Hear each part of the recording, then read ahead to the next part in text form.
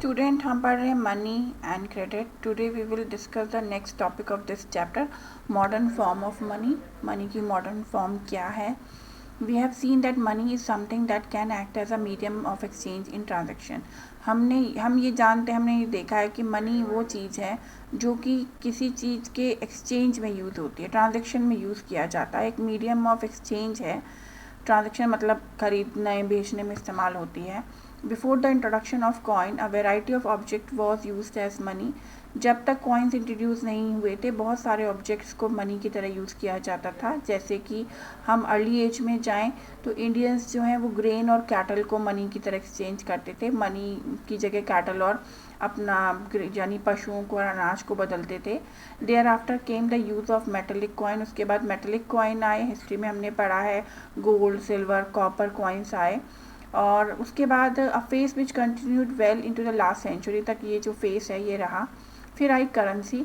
Modern form of money include currency. Modern form of money क्या है? Currency है जो कि पेपर नोट और कॉइन्स है. ओके. अगर आपका क्वेश्चन आता है which is the modern form of currency, तो that is paper note and coins. Unlike the thing that were used as money earlier, modern currency is not made of precious metals such as gold, silver and copper.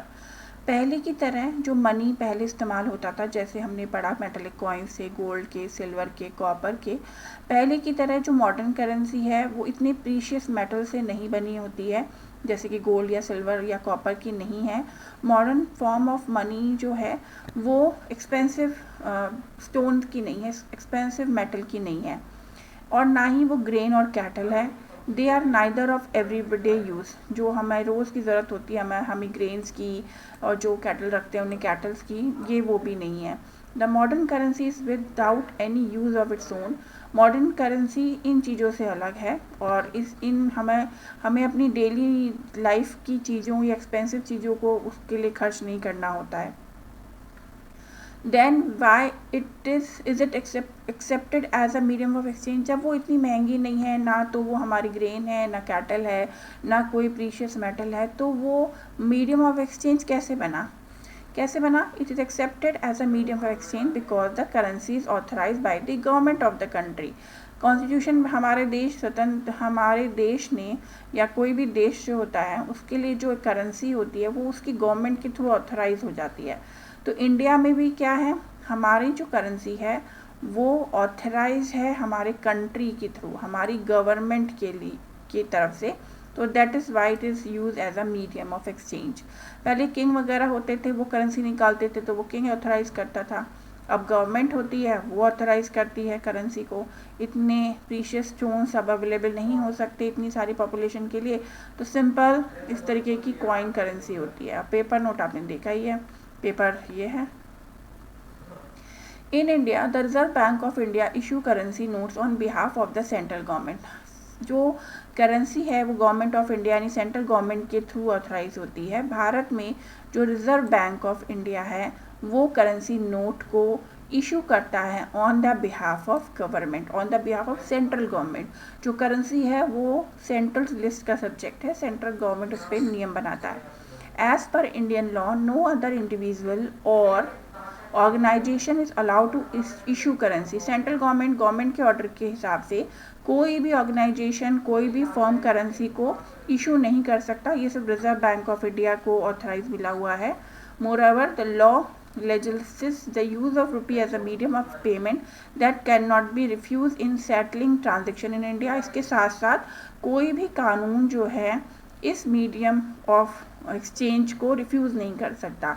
जो transaction होगा वो paper money या currency coin से ही है, उसको कोई refuse नहीं कर सकता लेने से. No individual in India can legally refuse a payment mode in rupees. कोई भी इंडिया में पेमेंट रुपीज़ से अगर पेमेंट हो रहा है उसको रिफ्यूज़ नहीं कर सकते हैं. Has the rupees is widely accepted as a medium of exchange. और इस तरीके से जो रुपीज़ है पूरे मीडियम ऑफ एक्सचेंज की तरह हर जगह पर भारत में यूज़ किया जाता है. Deposits with banks. अब एक और चीज़ आती है कि what is deposit with banks. The other form in which people hold money is a deposit with bank. एक दूसरा तरीका जिससे लोग अपने मनी को होल्ड कर सकते हैं, मनी को रख सकते हैं, वो होता है डिपॉजिट विद बैंक, यानी बैंक में डिपॉजिट करना, जमा करना।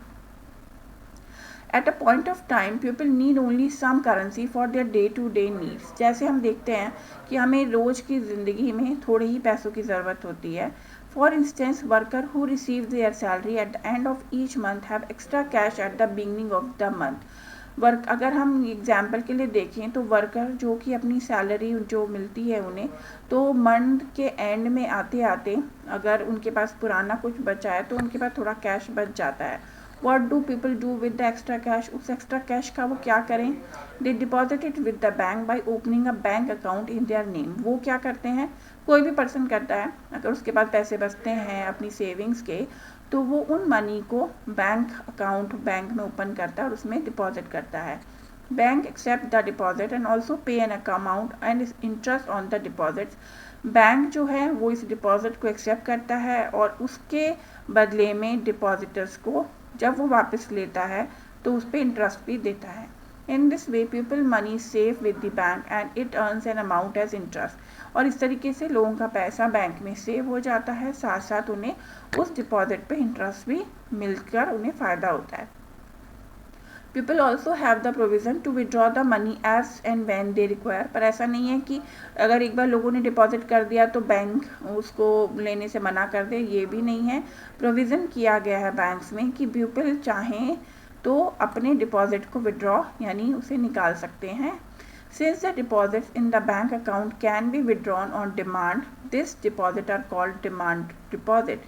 इसीलिए जो डिपॉजिट बैंक अकाउंट में रखा जाता है उसे कंज्यूमर या पर्सन की डिमांड पे विड्रॉ किया जा सकता है, इसलिए इसको हम फाइनेंशियल लैंग्वेज में बोलते हैं डिमांड डिपॉजिट, यानी वो डिपॉजिट जो डिमांड होने पर विड्रॉ किया जा सके, तो that is called demand deposit.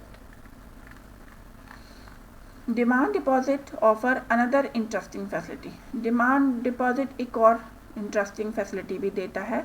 It is this facility which lend it is essential characteristic of money। ये वो फैसिलिटी है जो कि मनी यानी जो हम रुपए की बात कर रहे हैं उसके लिए एक इम्पॉर्टेंट उसकी कैरेक्टरिस्टिक भी है, उसकी विशेषता भी है, जिसे हम कह दें you would hear of payment being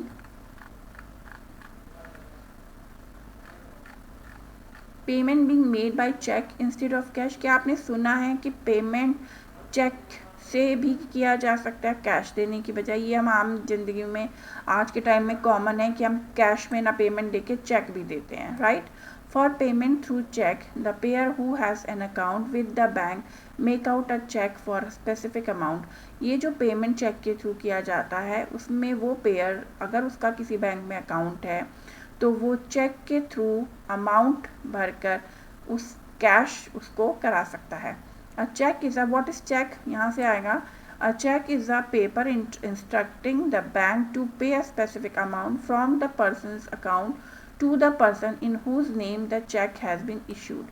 check वो पेपर इंस्ट्रक्शन है जो बैंक को दिया जाता है ताकि बैंक जो है उस पर्टिकुलर अमाउंट को पर्सन के अकाउंट से उस पर्सन को दे जिस पर्सन का नेम चेक पे लिखा है।